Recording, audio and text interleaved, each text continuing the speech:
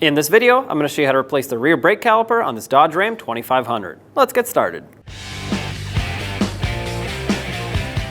If your vehicle has these covers on the lug nuts, take them off with a pry bar. Be careful not to scratch the wheel. Once you pull this off, you can take all of your 24mm lug nuts off.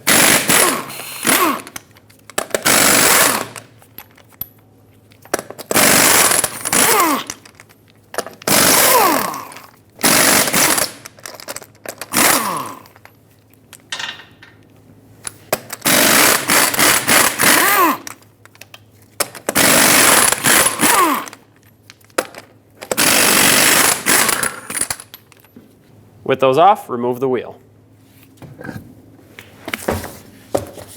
With a 15mm socket or wrench, break free the banjo bolt that holds the brake hose onto the caliper. I'm doing this now while the caliper is mounted just because it'll be easier.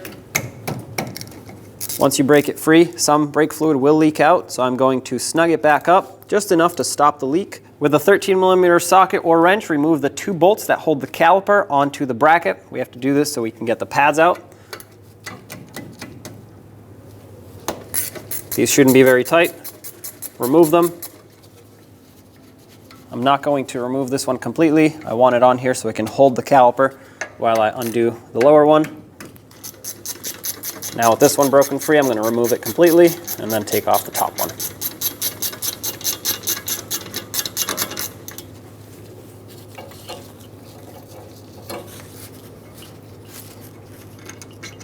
Take that out.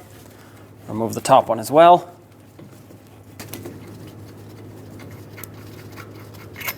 There we go. Now I'm going to take the caliper. You're going to have to slide it out from the top because at the bottom it actually has a hook that holds it in. Once you get it out of there, you have to work it out from the pads. There we go. And just so I don't put any pressure on the brake hose, I'm going to hang it right here near the shock absorber. I don't want it hanging by the brake hose. That will damage it. You can bungee cord it if you want, or strap it down with something. That way it doesn't fall. Just make sure it's properly secured on here. Now we can remove our pads so we can reuse them. Just slide them out of the bracket.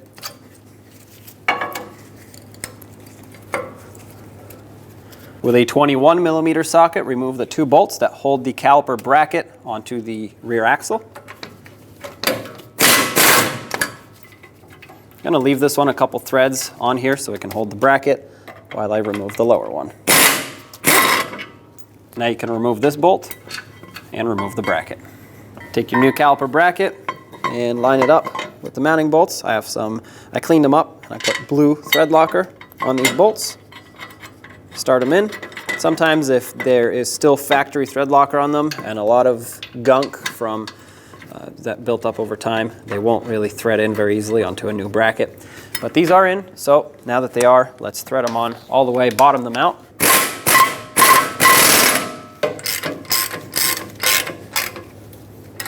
Now let's torque these to 145 foot-pounds. All right. These anti-rattle clips, or springs, whatever you want to call them, came already installed, which is great. However, I prefer to put some lubricant on here. I use brake grease. Well, you can use brake grease, but I'm actually using brake-rated silicone paste. It withstands high temperatures, which means it's not going to melt off as the brakes heat up. And you do not need a lot, just a thin layer, enough to prevent rust. This truck lives in a very rusty environment, or rust-prone environment, I should say.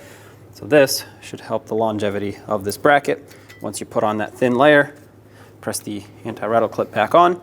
And of course, we're going to do this on the top as well. Remove it, put a very thin coating on it, and make sure you don't get it on the rotor. This is also why you don't want to put too much, because it will end up getting on the rotor and on the inside as well. Take this, put it back on. There we go. When you install your pads, the inner pad should have a wear indicator on the bottom. Stick that on here.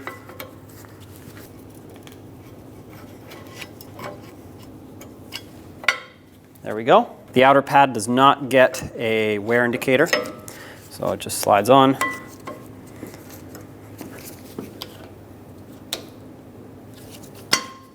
There we go. And make sure your pads move around smoothly. Obviously they shouldn't be falling off, but they shouldn't be stuck either. Now we have to remove the slider pins off of the caliper, and I prefer to do this so I can add my own grease in here and my own amount of grease. So push this through, slide it out the other side. Now the pin itself is not going to be able to take on much grease because when you slide it in, it's such a tight fit, it's going to get wiped off. So what I prefer to do is take some silicone paste or brake grease on my brush and stick it inside the boot. The folds will hold that grease in and basically act as a reserve of grease for when the caliper or the pin does need it in the future. You don't need to add a lot. Squish it in there and then take your pin, slide it through. Any excess grease will come out the other side, so it's actually pretty much impossible to put too much in here. Slide it in, push it back out on this side to make sure that boot seated all the way around on both ends. Wipe off any excess that may have come out. And there you go. This one is well lubricated. Do the same on the other side. Take your caliper, slide it on the bottom first. It has that hook in the middle that needs to grab on to the anti-rattle clip, or that spring, just like so. Okay, has to go in behind it, and then at the top, if you look at this, the spring will kind of click up and over that caliper. So what's nice is it will hold it on, but obviously next would be putting on the bolts to properly secure it. Line them up, thread them in. Okay, I got that one started. You might have to lift up on the caliper a little bit to get those lined up. Do the same on the bottom. Snug them up, and when you snug these, you don't need to go very tight on them because the torque is only 22 foot-pounds. Of course, I will be torquing them, but just make sure you don't over-tighten them from the beginning with your wrench or ratchet, whatever you're using.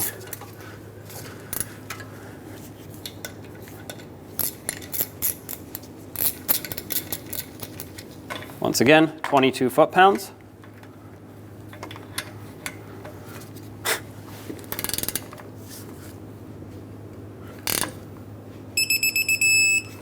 That's one. Torque wrench doesn't quite fit on there, but it grabbed enough to torque it. And that's two. Remove the banjo bolt with the two washers that are provided with the new caliper. We're going to set this aside safely.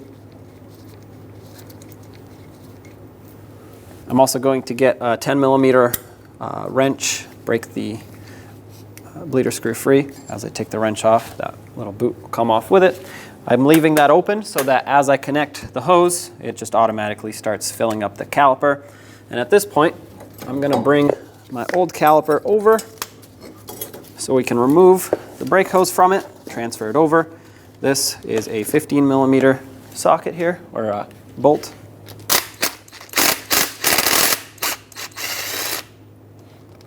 If you have a power tool to take it off with, it's going to be a lot more efficient. At this point, you want to inspect this hose and make sure that the old washers did not stick to it, which they did not. So I'm going to take my new bolt, put it through the hose with a copper washer on it, put another one on the other side, so basically sandwich the hose in between the two, and bring it over to the caliper, start it on. Of course, bottom it out. This new one is an 11mm in size. Make sure it's nice and flush here and it didn't catch on the side. I'm going to snug this up with a wrench. Of course, I will torque it, but snugging it up will at least stop the brake fluid from leaking. Torque this to 20 foot-pounds. There we go. What you're looking for is to just squish the copper washers there to make a nice tight seal. At this point, the bleeder screw is open, so I'm just waiting for gravity to pull fluid in, fill up the caliper, and well, there it is. That's why I opened it ahead of time, so it can go a lot quicker.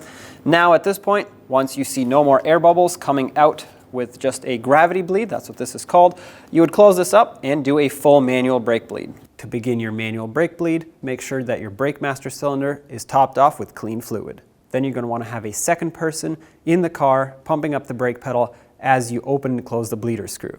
So after a few pumps, have them hold pressure on the brake pedal and open up the bleeder screw.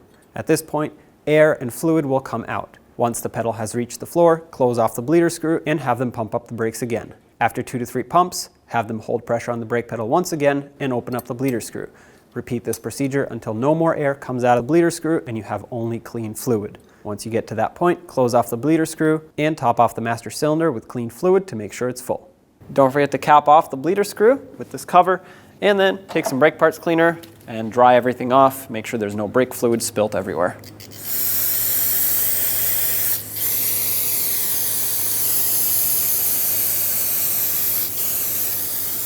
Let's get the wheel back on.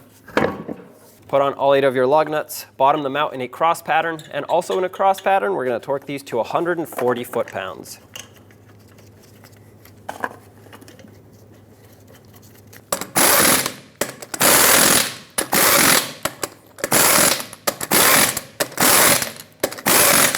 Once again, 140 foot-pounds in a cross pattern.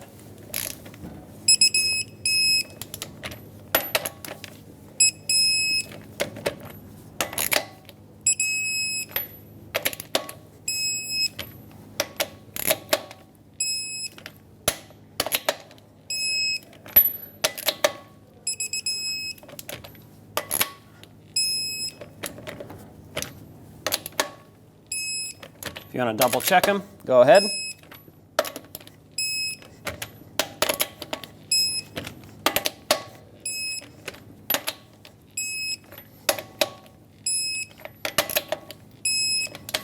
And now, if your truck still had this lug nut cover, make sure you put it back on. Snap it in place, pump up that brake pedal, and take it for a road test. When only the best will do, demand TRQ. The only company that lets you view before you do. TRQ is committed to offering the highest quality aftermarket auto parts that are engineered for peace of mind. Thanks for using and viewing with TRQ.